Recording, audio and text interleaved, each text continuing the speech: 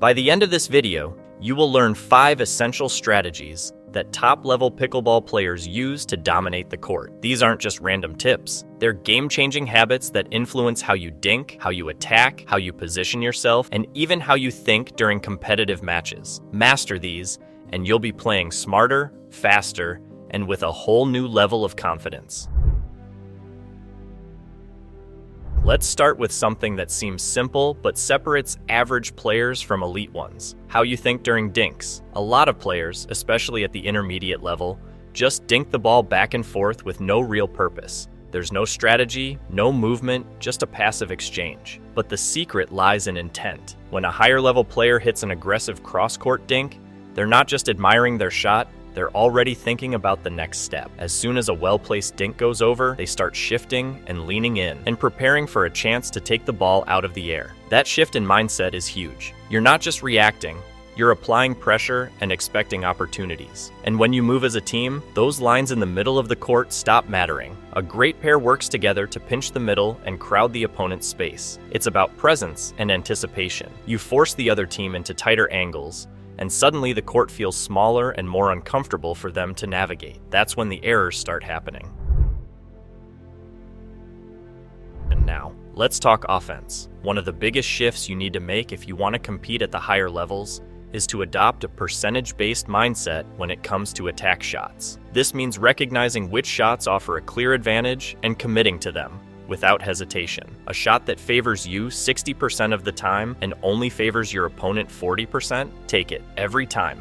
Less experienced players tend to let these windows of opportunity pass them by. Maybe they hesitate on a high dink or let a short return bounce instead of driving it. Those small moments add up. What separates high-level players is that they seize those chances the instant they appear. Whether it's a short return after your serve or a high dink you can attack in the air, you have to recognize and act on it. And just to be clear, it's not about smashing every ball. It's about understanding which moments give you an edge and then using controlled aggression to take that edge. For example, when you see a short return, you drive it hard and follow in behind it to put pressure on your opponents. That's what being opportunistic looks like. On the flip side, if you hesitate and retreat instead, you give up your advantage and reset the point, and that can cost you.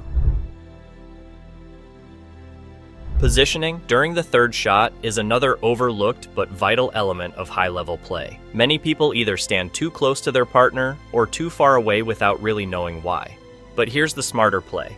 When your partner is hitting the third shot, you should be about 3 steps ahead of them, not charging the net just yet, but close enough to apply pressure if the drop is solid. Why does this matter? Because if your partner hits a good drop, you're already in a position to poach or attack the next shot. You're giving your team a chance to control the rally before the other side gets set. But it's not just about being aggressive, it's also about awareness. If that drop comes off the paddle and it's too high or too easy, you immediately pull back and match your partner's position so you're both ready to defend. It's a dynamic flow, one where you're always adjusting based on the quality of your partner's shot. So you're not just a statue at the line, you're reading the play in real time. You creep up when the shot is good and create pressure, and you fall back when the shot is weak and prepare for defense. This subtle adjustment alone can give your team a huge edge in those transitional moments when the point is still up for grabs.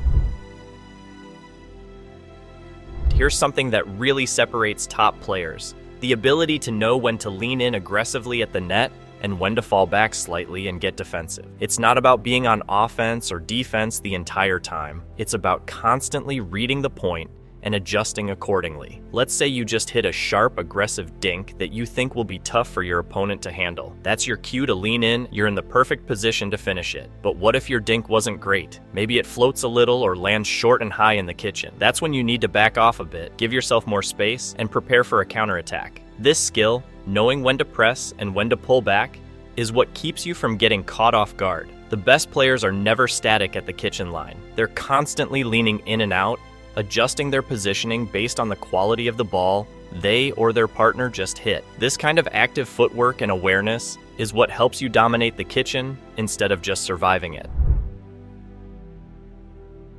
Finally, let's talk about the mental side of the game. One of the most useful habits you can build is learning to break your matches into smaller, more manageable chunks. Instead of thinking about it as first to 11, break it down into mini games, first to 5. then finish to 11. Why does this matter? Because it gives you a natural pause point to assess and refocus. If your team hits 5 points first, you take a moment, either mentally or in an actual timeout, to analyze what's working. What patterns have been successful? What shots are breaking down the opponent? Keep doing those things intentionally. On the other hand, if the other team reaches 5 first, now you're in diagnostic mode. What needs to change? Is it positioning? Shot selection? Are you playing too safe? This kind of check-in helps prevent those frustrating slides where the other team goes on a run while you stay stuck. It also keeps you from abandoning something that's working just because you lose a point or two. It forces you to think strategically, not emotionally. The goal is to always play with intention, not just reaction. These 5 principles are at the core of what separates top-tier players from everyone else. They dink with a purpose. They attack based on percentages. They position themselves strategically. They constantly adjust based on the quality of their shots. And mentally, they never let a game slip away because they weren't paying attention to what was working. You don't need to hit harder or be faster to start implementing these strategies. All you need is a more thoughtful, aware approach to the game. Focus on these habits in your next few practice sessions, and you'll start to feel the difference, not just in your game, but in your confidence on the court.